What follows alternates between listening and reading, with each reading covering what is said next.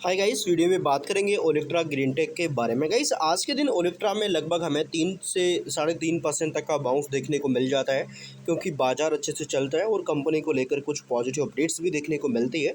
सो इस वीडियो में अपन कवर करेंगे क्या अपडेट्स है क्या नहीं है। देन इंपॉर्टेंट गाइस कि ये जो वीडियो है टोटली एजुकेशन पर्पज़ के लिए रहेगा।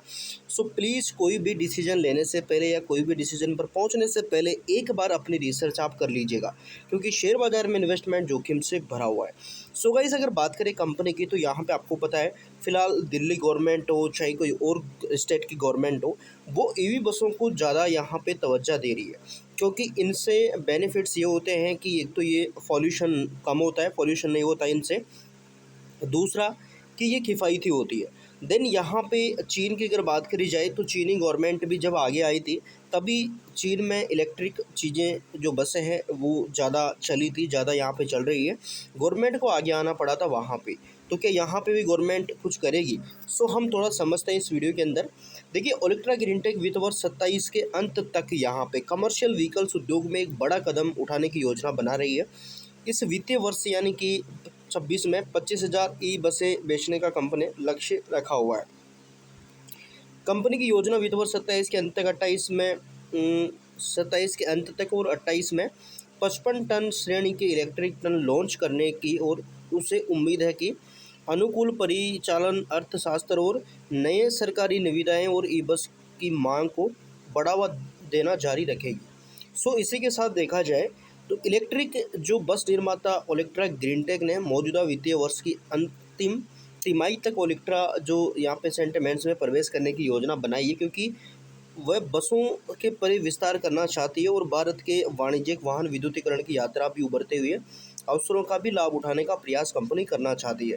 ओलेक्ट्रा ग्रीनटेक के प्रबंध निदेशक महेश बाबू ने ईटी ऑटो को बताया है कि अगले 2 वर्षों में अपने बस और ट्रक कार्यक्रम में जो निवेश है वो करने का कंपनी का प्लान है, जिसमें लगभग 400 करोड़ रुपए आवंटन किए गए हैं।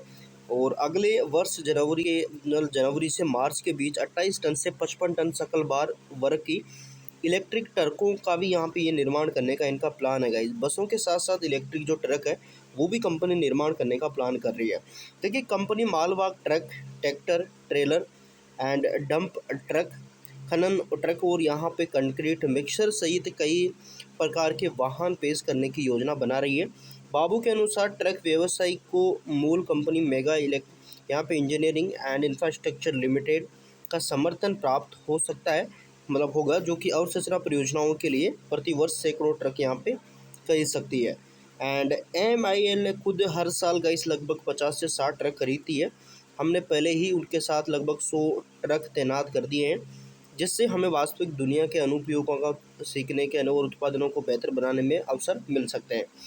तो ये सारा कंपनी का प्लान है गाइस, और वित्तीय वर्ष में ई बस की बिक्री 8,000 तक पहुंचने की उम्मीद है।